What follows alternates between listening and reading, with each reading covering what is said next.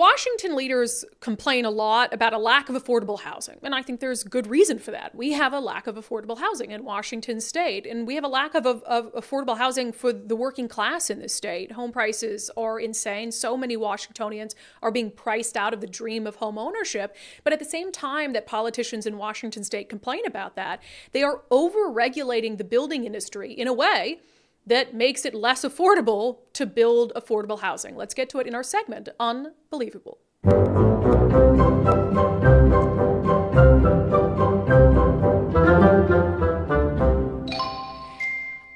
wanted to reach out to the Building Industry Association of Washington. Jan Heimbaugh came on to talk to us about not only what the heat pump mandate means for new home construction in Washington, but also about this broader environment of overregulation that is creating scenarios so contrary to what our elected leaders claim to care about. Jan Heimbaugh, welcome to Undivided. Thank you. Good to be here. So is this about the heat pumps, or is it about what the heat pumps represent? It's definitely about what the heat pumps represent. I don't think it's the heat pump manufacturers here. I think it's about an agenda that doesn't care about the cost of housing in Washington. Yeah. Have you, I'm assuming you have, do you know about how much, so there was the initial requirement that would have basically said put those bad boys in, and now the idea is let's make it so difficult to do anything else that you kind of have to put the heat pumps in. Do you know what the cost associated with that is for a new housing construction?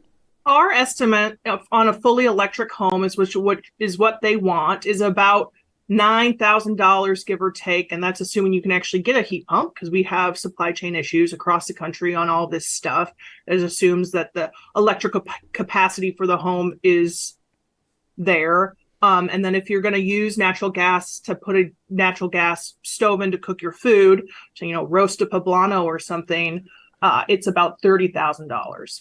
Oh, wow. Okay. Yeah. Roast a poblano, you're very fancy, but yes, Yeah, you can't do that on an electric top. So nope. No. So we talk so much about affordable housing in this state and trying to make sure working class people can buy a home. How does this impact that? It blows it out of the water. We're already sort of blown out of the water. Current housing prices, new and existing homes, just 87% of Washington households cannot afford a median-priced house in this state already. So you add $9,000, $30,000 onto the cost of the home, and you're just totally exploding the cost and the access to home ownership, and even it increases rents too. So it's a real problem and a real blind spot for saying we want to do this good stuff over here, but we're going to just ensure that people can't afford housing, and so it's the hold my beer portion of we need a more affordable housing. And then the state's like, okay, well, hold my beer. We're going to make it even worse. Yeah. So you mentioned, there are also supply chain issues at play here. And we know that, in addition to the actual real cost, the monetary cost of putting one of these things in or, paying to not put it in, are there time delays that this is going to add, permitting delays that this is going to add?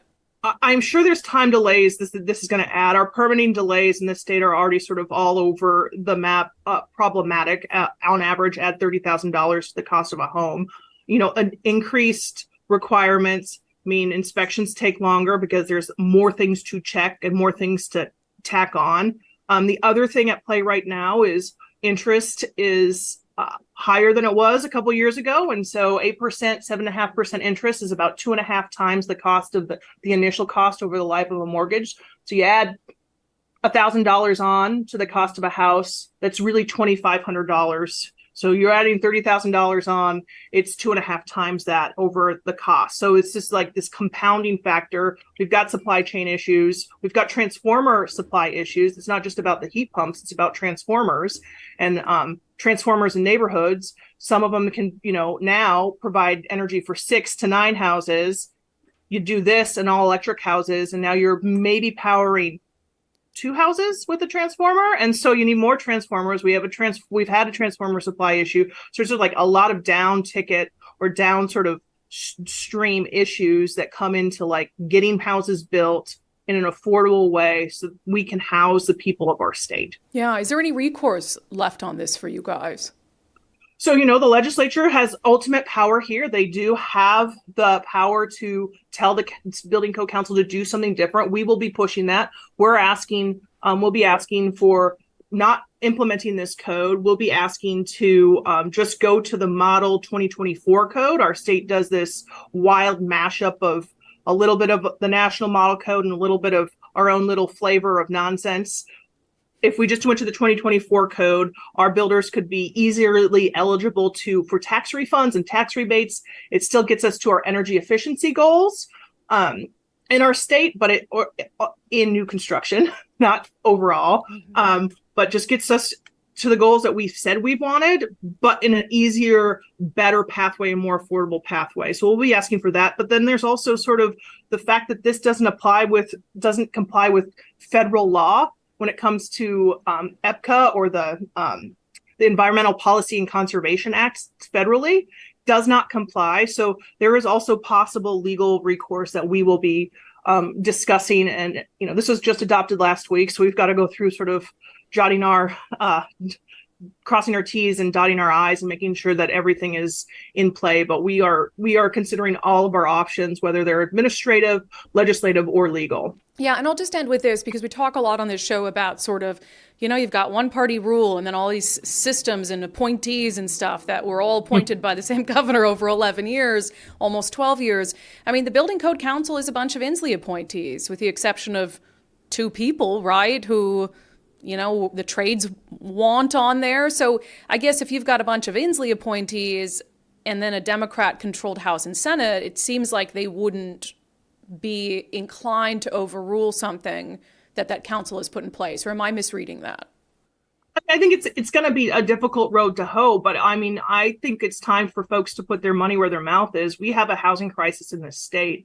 And if we actually want to make strides in addressing private construction and public construction, this impacts every single type of housing unit that we supply in this house. So our tax dollars for subsidized housing and our government built housing is way more, where our dollar goes less far there, and then our dollar in the private sector goes less far as well. And we continue to price people out, so they have an over-reliance on the overspending of government housing. So it's this whole sort of issue. So we're really hoping that folks are serious about reducing the cost of building houses so our neighbors can actually afford to have a roof over their head and put their kids in bed at night, and Santa can come down the chimney. It's hard to get in through a ductless mini split for Santa. So, You're my favorite. But look, this is why it's not the sexiest subject. Oh, let's talk about heat pump mandates. But when you have to get people to consider why, we're all concerned with affordability and not being able to, work a full-time job, 2-income household, and not be able to afford a house in this state. People need to understand the little things in the grand scheme of things that contribute to that. And this is one of them. It is absolutely one of them. Even if you were able to put in a natural gas stove because you decided you want to pay not only for the housing infrastructure, $30,000 on your house, but the additional infrastructure to extend the line because no one else in your neighborhood wants it because it's 30 extra grand plus, so you're paying the extra pipeline fee as well. They're also making you put in a plug next to every single natural gas appliance in your house so that when they force you to go to electric, you can easily plug in. So you're doing 2 sort of energy heat guts inside the house as well. It is absolutely bonkers and is incredibly damaging to the American dream.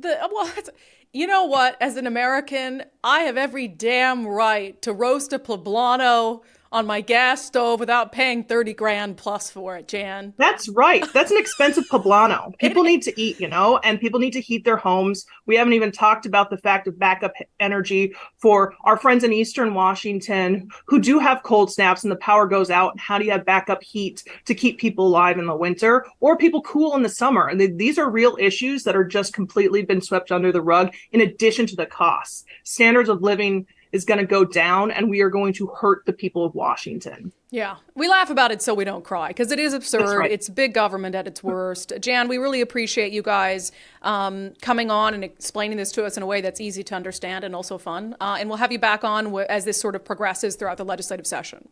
Absolutely. Thanks so much, Brandi. Yeah, we appreciate Jan Heimbaugh with the Building Industry Association of Washington, only on Undivided. Can you laugh about heat pump mandates. But at the same time, I mean, you talk about affordable housing. You cannot build affordable housing if it's not affordable to build. As Jan said, it's robbing people of the American dream. It is over-regulating an industry that can be a good partner with the state of Washington in dealing with our affordable housing crisis. But the state of Washington doesn't want good private sector partners. They want to tell the private sector what to do. They want to tax them. They want to over-regulate them. And they want to screw all of us over. So this is just one of those examples of something that seems small, but it's not. It's expensive, and it has really, really widespread consequences. And it is unbelievable.